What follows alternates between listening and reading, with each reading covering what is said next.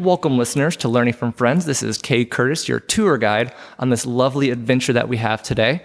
I hope you are doing well from wherever you are listening from. And for those that are still on summer break, I hope you're having fun, both parents and students. And for those that have found me somehow, and I have you as a student next year, I look forward to having you. Or if you're one of my past students, don't forget to come by and say hello. But before we get started, as usual, we do my mom's quote of the day. It's always a pleasure to have this moment of joy that my mother shares with me in the morning, sometimes twice a week, sometimes 3 times a week, sometimes 2 or 3 times a day, depending upon how I'm feeling. And it's really enlightening. And I hope for you, this quote today will find you that way as well. This one's from F. Scott Fitzgerald. It was only a sunny smile, and little it cost in the giving. But like morning light, it scattered the night and made the day worth living. Beautiful quote to start a day, and to be able to have a reminder that a smile changed someone's world. Just taking a moment, you may not know that individual, or you may know them, but that smile can really brighten up someone's world for it. So think about that as you start your day or ending off your day at a moment, because there's a lot of tensions out there in the world, and we need the joy from time to time. So my guest today is Tijana, the founder and editor-in-chief of the blog Zest and Curiosity.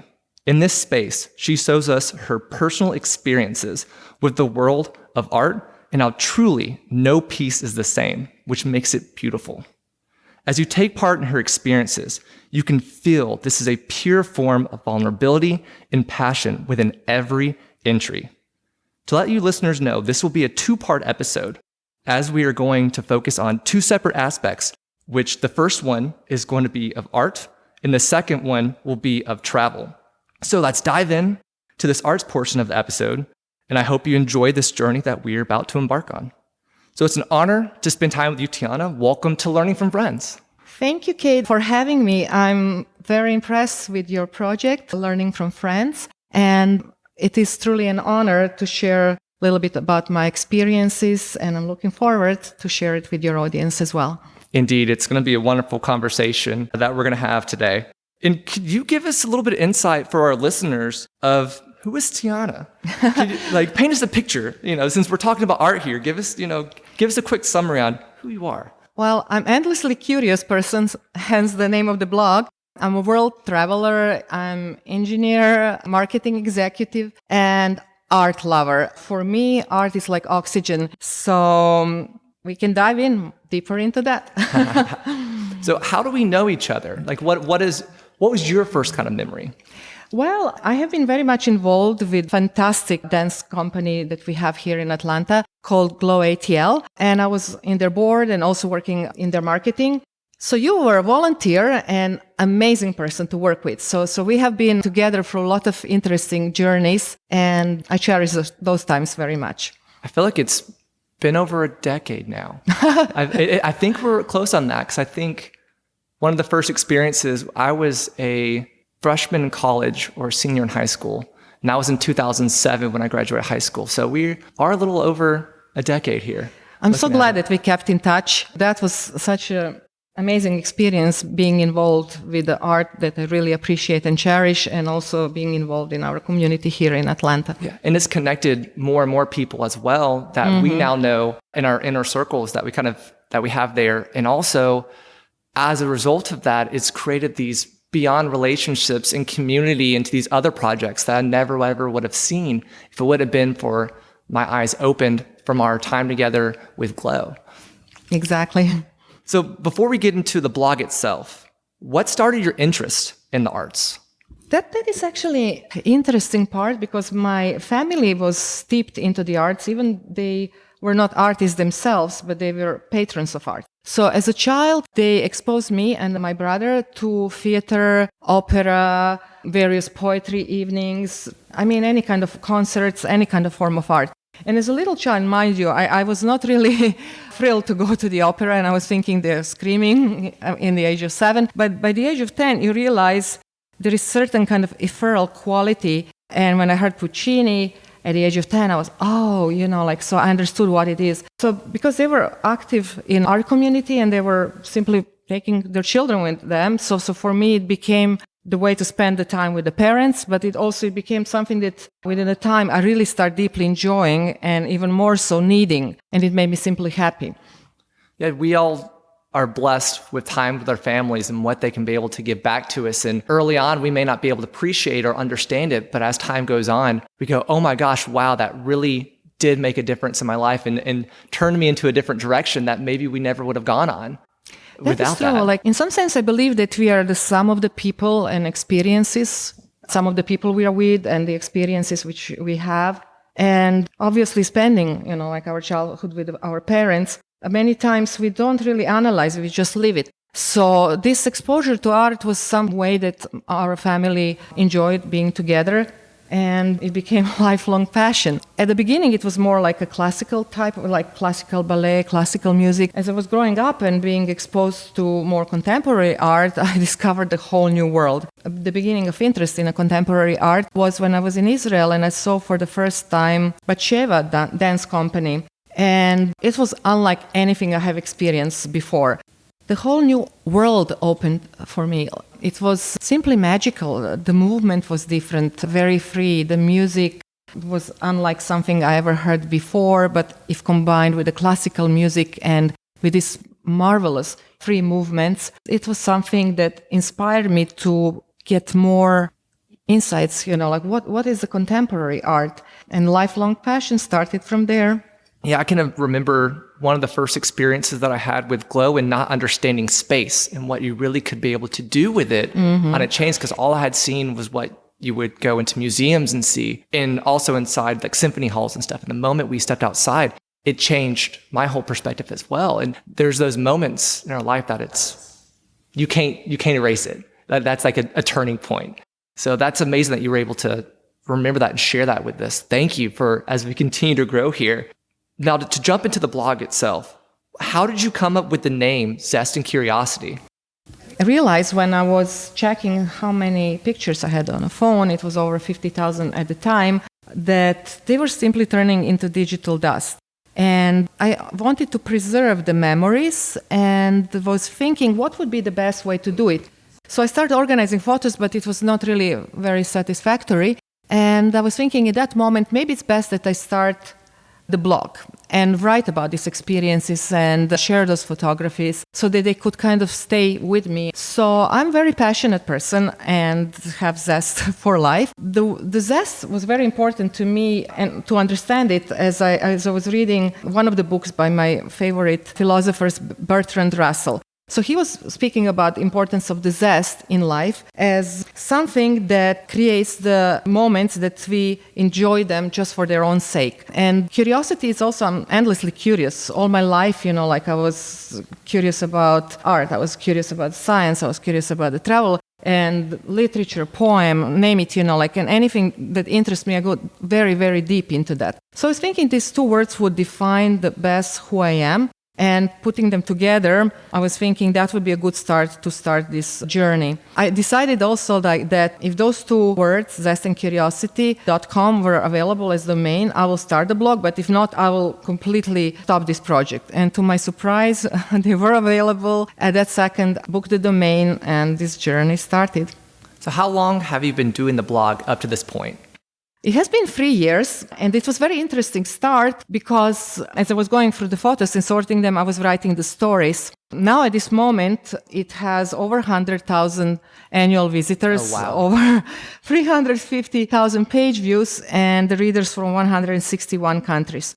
Interestingly, there was one defining moment as I started in the mid of 2019. It had a really modest amount of the people, maybe 200-300 people, probably family and friends. And as the pandemic hit, exactly in February of 2020, suddenly I got 5,000 people just within 1 month, people were going more towards digital content. And I think it became the place for people to enjoy, to travel to different destinations for various stories. So it created a different community of art and culture lovers. And for that, I'm deeply grateful for all these connections. And eventually, I got the contributors as well. So it became more than just me sharing my experiences. It became like a community of other art lovers and cultural travelers who share their experiences. And I enjoy learning through their stories about different places and so on.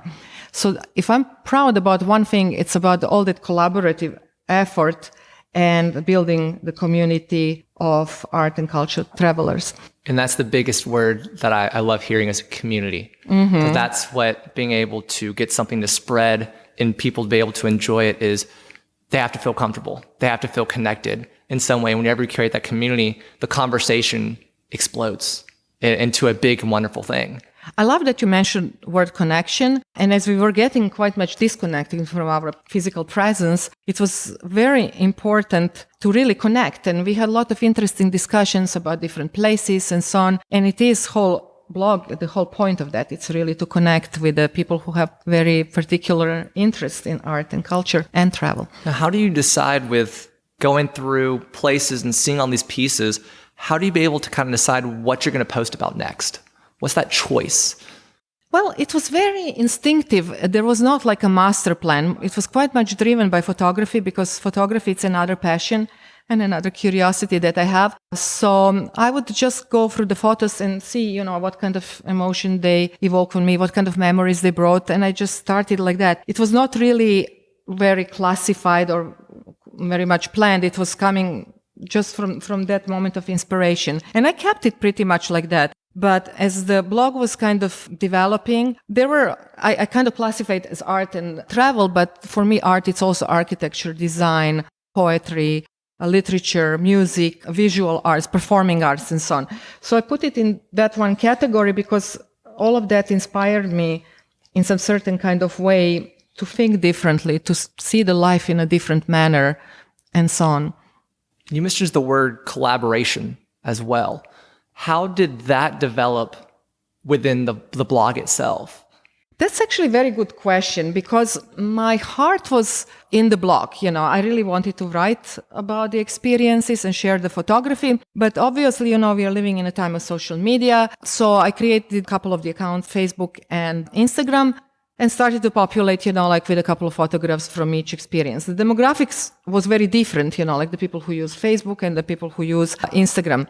So in Instagram, it's more creators driven and photography and visual medium driven. So there it was actually very, very easy to connect with the people who were interested either in art, culture, or travel. And through the conversations that we had about different posts, we were able to connect. And as we were becoming friends, we started to discuss working on a certain project. So it was very organic. It started literally like through the conversation because we connected over the love of certain architect or painter or a different place that we both visited, and so on. So the collaborative part started through Instagram. Facebook was in another way very different because it created quite big readership, which was organically growing in a very fast pace. And it was also very international. So each platform had its own connecting point. So I enjoyed really learning about other places and other artists through my readership stories as well. So that's amazing of how two platforms can deliver something entirely different.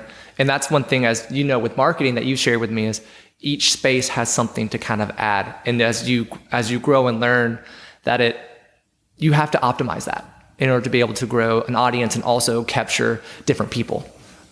True. It's also like different ages, different interests, different way of communicating. And when I was looking a little bit about that demographics, it's literally from 20 to 65 plus. So that surprised me quite much that it spans across the ages, which shows that so many things are actually universal. And I'm actually very glad about that.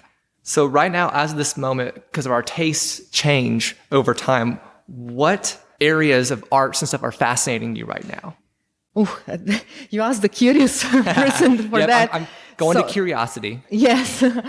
Well, there is always something very particular that interests me in each art form. And I'm very much, because of this curiosity, driven to explore it more. For example, I really love Japanese architect. His name is Tadao Ando, and he had created one marvelous, very, very simple building, which is called Church of Light in Japan. So actually I traveled to Japan just to see that building.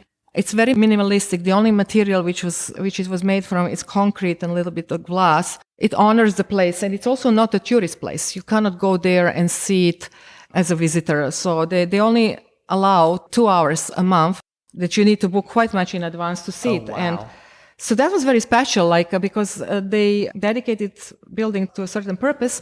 But a person like me who appreciated the art form, the architecture form of that, and was really inspired to see something very simple and very beautiful. So architecture became one of the passions because of how space makes me feel. It's not just even the beauty. Obviously, we react on different things in life. Either they're beautiful or they inspire us, but ultimately it is how it makes us feel. Then the music, it's other area that, I don't know, I wake up and put the music and it's almost like a soundtrack to life. So I'm drawn to certain kind of artists. Like as a performer, I like Marta Argerich, who is one of probably the best living pianists. She's such an expressive person, and with her Chopin pieces, it just takes me to some other place. With documentary films, I always learn about the things I would not naturally know about because they shed the light to different topics that we are unfamiliar with, and they make us grow and think and be more aware about the world we live in. I love particularly one filmmaker, Hedy Honigman. Her movies are full of humanism. They are transcendental and transformational. Always I feel like that I'm a better person after watching them because she sheds the light to many interesting communities. I highly, highly recommend it. I'm avid reader at this point because it was really a strange few years. I focused quite a lot on short stories. I loved Raymond Carver, John O'Hara. I also started to discover new writers like Pulitzer nominee Charles McNair. I started to read Tennessee Williams. Currently I'm reading Emily Dickinson. But what really kind of drives me that I instinctively gravitate on, it is arts like visual arts or performing arts. I'm a huge fan of modern dance, starting from Pina Bausch, who created completely new language, or Ohad Naharin, the Batsheva company that I mentioned from Israel, where I discovered whole. In arts, I really love different forms. For example, Richard Serra, how he defines with his sculptures space. Not that his sculptures fit into the space, but because of him using the natural spaces like desert, which would look like any other place, he creates with his sculptures definition of that space. So that was very interesting to me that when I was making a stopover in Qatar, I took a very adventurous tour where you don't have road, you don't have markings. You literally need to hire a guide to take you to desert without any markings. He identifies the place with the nature. And then you go to the space where you see sculptures oftentimes you're the only person to that. There are no tour buses, there are no tickets, it is a very, very unique experience and whole journey to a desert to see art presented in such a manner. It was extraordinary. So I like kind of bold artistic thinkers like Richard Serra, James Turrell, Marina Abramovic in performance art, Jenny Holzer, who does a lot of truisms and uses the words as an art form, or even world-class artists like Gerard Richter. They always evolve with the different art forms and inspire me endlessly. Yeah, it's great to be able to continue to grow that thirst for more. As you get one artist introduced to you, it may continue to influence you to your next piece that you may find. And that's so beautiful. That is exactly, as you said, the journey. Once when you discover a new artist and start conversation with somebody else, they say, oh, if you love Sarah or Jack Turrell. And then so it becomes almost organic journey of discovering the art through the conversations or through the shared experience. If I meet somebody in some gallery and we discuss the piece. So I always cherish that approach. Besides, obviously, I like to read about artists and so on, but I really like that when it comes through the conversation and sharing something that other people like, and then I learn more about that. And that's comes back to the word community. Community, back to it, yes. Yeah, because that's the words that are always continuative that will always pop up. So that's in listening ears. Having those listening ears goes a long way to be able to be there. Now, there are many different people involved within art.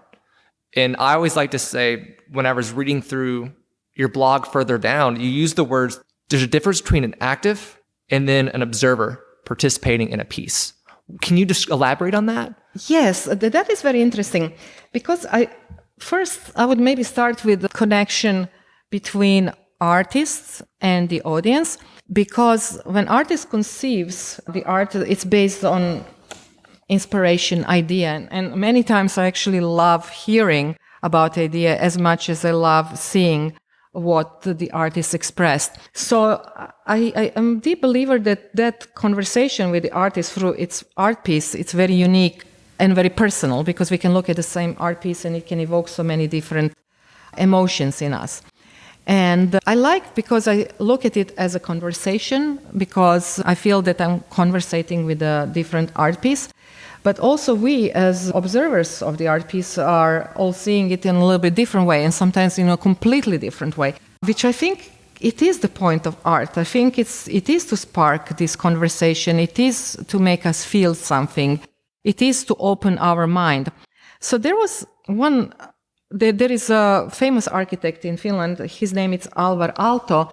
And he also created different pieces of objects that we use in a life, like, for example, glasses or vase and so on. So he looked at the topography of one lake and created his Alvar Aalto vase, which is now in MoMA Museum, based on the shape of the lake. And it became a staple of design that I believe made in 1937. But it's, as said, in Museum of Modern Art. It's in every design store that focuses on the classics of design.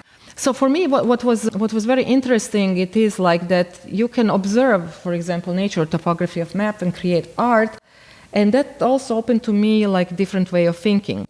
So I was very grateful about that understanding the process, or even just enjoying it as an object, as it was beautiful, gave me new tools in a thinking, and that I can observe the world differently. Yes, being able to observe something, being able to see it, that is something that's trained over time.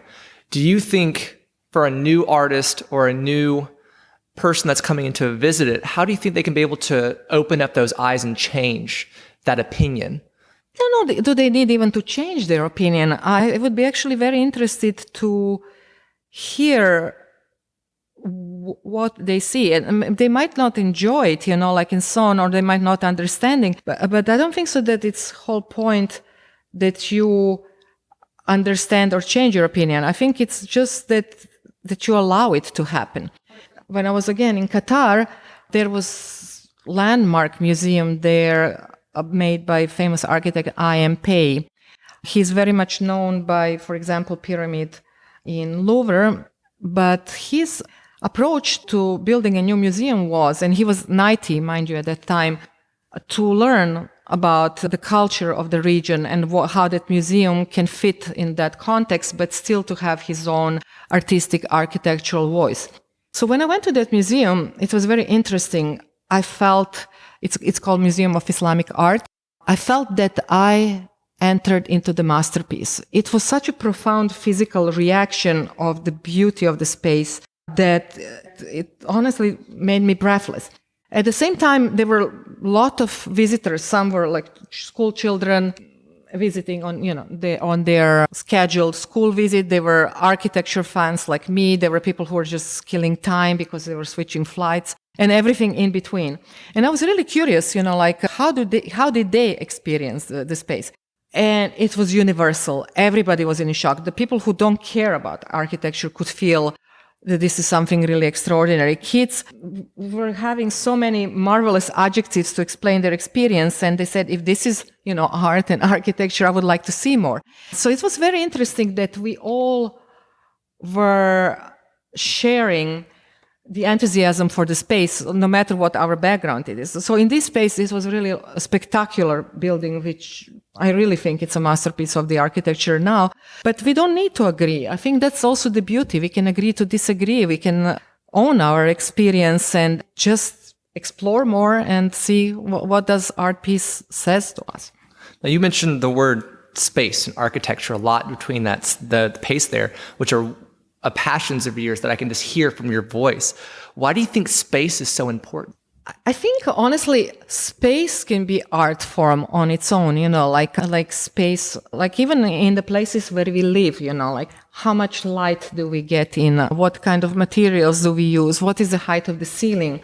And I feel like the architecture is such a spatial form of art that if we build something which is very humanist and how it makes us feel, it will impact our quality of life. Maybe that's why I'm drawn to the architecture, because I always go by how space makes me feel. Yes, there is obviously visual, like I enjoy in the beauty of certain kind of curve and so on, but ultimately it comes to that how it makes me feel. And that's why I appreciate the space. And also when you put certain kind of art exhibit in a space where you present it, can really enhance the experience, or it can really like make it more negligible and so on. So this is why I really appreciate it personally. Because there is the minimalist that has very small space, and then you have those that every inch of space has to be covered in order to feel complete to that artist. And that's what I think is amazing makes each artist different as well, because you never know what they're going to bring to the table. And as you mentioned with lighting, the way you set up the lighting in this room today is so calming and so peaceful. And I get in my classroom and I have all my overhead lights turned off, and I have Christmas lights that surround the room and have 3 lights. And I noticed that when my kids come in comparison of being out in the hallways, or more relaxed and more calm in comparison when they're out in the hallways. And one day I had to turn my lights on because we were doing some testing, and I had to have my lights on. And the kids were like, what is this? Like, the space, and this, because the space had changed. That one little element had changed the whole space entirely just by lighting. And I think they're very connected, art and space. Like, as you're saying this and sharing your experience in a school, it improves our feeling. But I also feel that art and space go hand in hand. That's why I appreciate museums. And for me, art is the destination. So if I'm curious about particular artists or exhibition, I would travel to see that as well. So I think the museums on their own, they're becoming destinations. But also what I think it's for different art forms like contemporary dance, like as you mentioned with the Glory Hill, like they have very much so many outdoors performances and engagement with the audiences. They redefine the space also through performance art form. I think it's very important to have that harmony, and many times we don't even consciously think it intentional, but when we feel that harmony, we know, like how it feels, and we know how wonderfully art is presented, and simply enjoy it. That's so very true. And I love the way Atlanta, for me, has grown over the last 20 years. When one artist comes in, it opens up the door for another artist to feel comfortable. And as a result, we see this booming of art that perhaps may have not been there 20, 30 years ago, because the people are now starting to see there's a community here. There's an acceptance that's starting to blossom. And I feel so blessed to live in Georgia and right outside of Atlanta too, to be able to have that access. And so, I bet that is really drawn in more people as well to be able to do so, because the space has changed heavily. So true. There are different venues, and even the goat farm became quite interesting performance space for various, and filming place for filming industry. So I think we are rediscovering different places also to see the art and so on. So that is marvelous, like in Atlanta right now. And I love that that's going to ultimately be our transition for our next episode in a little bit, that you'll hear with travel. It's a nice little transition point there, a hint forward. I'm going to call it a hint there. Mm-hmm. But with going back into art right now, if you could sit down with any artist in history, could be alive, could be passed away, who would it be and why? Can I make a party instead? I will accept that. I will accept a party. I would like to have Pina Bausch. She is contemporary choreographer, and she created, it's called dance theater. So it's between the theater and modern dance. And I think her pieces are very provocative and they move me deeply. Like she, for example, brings the water on the stage and stones and all kind of things that we normally don't see, but they are really in the context of the story. So she would be definitely the one. Then I would like to have Buckminster Fuller. He's architect, theorist, author, designer, inventor, philosopher, futurist, and he created one really interesting form of geodesic domes, which are easy to erect, and he applied them in many industries and had home like that. So I think he was quite a thinker, original thinker, and I would really like to pick up a little bit of his brain and Pina Bausch's approach, to modern dance. I would like actually to have Michelangelo on that party. It's so fascinating as I look at all the forms that he tackles: sculpture, painter, poet, architect. It is amazing to see all of that in a different place and time. And add to that company, Frank Gehry, the architect, which probably was the first one that inspired me to look at the architecture in a different way, because his buildings are so much free forms. And he started with museum in Bilbao to get worldwide recognition, which made museums as the places to visit. So I would like to have him. And I would add to that party Bertrand Russell as a philosopher, logician, and mathematician. And that would be like kind of my dream party. Yeah, you have complete landscapes there of people in there. It's like a Mount Rushmore almost, what you have sitting there. So that would be, you need a big table. Yes, I would like it to be even bigger, to have all family and friends and you, Cade, as well. So it would be, I think it will be very interesting to hear from different ages, times, and disciplines. Why not also physicists? Like, it can be like quite an interesting bunch. And I bet when there was the result of that meeting, you would see a whole new span of art that would evolve, because people would get new ideas that perhaps they never would have been able to have before. Whenever you speak to someone directly, it's different than reading a book about them, because that's a personal connection. That's something that is coming back more after the pandemic, that personal connection there. Exactly, the personal connection, and also the way we think. I think I'm drawn the most to people by the way they think, like not about the origin, about where are we from, or who we are we man or woman or anything like that. But I'm really drawn about the way we think. So I think this would be a very interesting party to have all these people and to hear how they think. That's an amazing group of people right there. And I love how you took the time of saying the name and what their art form is and a little bit of background. So if someone wanted to be able to look them up a little bit further, they have a start base and a continuum to be able to locate a little bit better. So thank you for going into that extra little bit of detail there to be able to express everybody that's at the table. My pleasure. So a lot of the art pieces and things that you're going to, that you're looking into your blog, is off the beaten path, that you're having to go out of your comfort zone a lot of this times to be able to get here. And recently you were talking about that you started taking an improv class, and you were using the words to me of, it's important for someone to be able to live outside of their comfort zone from time to time. Can you elaborate on that for me? Yes. Naturally, if I would like to explore a new area, I would choose, either photography or sculpting class or something that I'm kind of comfortable with and I would love to learn more. But improv was something that I'm absolutely uncomfortable because I'm more observer. And I was thinking going out of the comfort zone, exactly that stretch was what drove me to it. Like I was thinking, I'm going to learn something. If I suck, but I will learn something new and have new experiences. And in the worst case, I will just laugh, so I will have a lot of friends there and to laugh, because that's the whole point. But it became actually something bigger than that. Again, it is a community. Like if you think like as improv performer, you can go to any city and join, different event and improvise like that. So currently I'm actually going with 7 people I just meet. In 15 minutes, we go straight to the stage. Those are called improv jams. And if anybody would told me that I would do that, like just meet 7 people and in 15 minutes goes to, I would never believe it. But there is a wonderful supportive network and whole improv comedy. It's starting with the approach yes and. So you're kind of building, you're listening. The listening skill is extremely important. And then you're also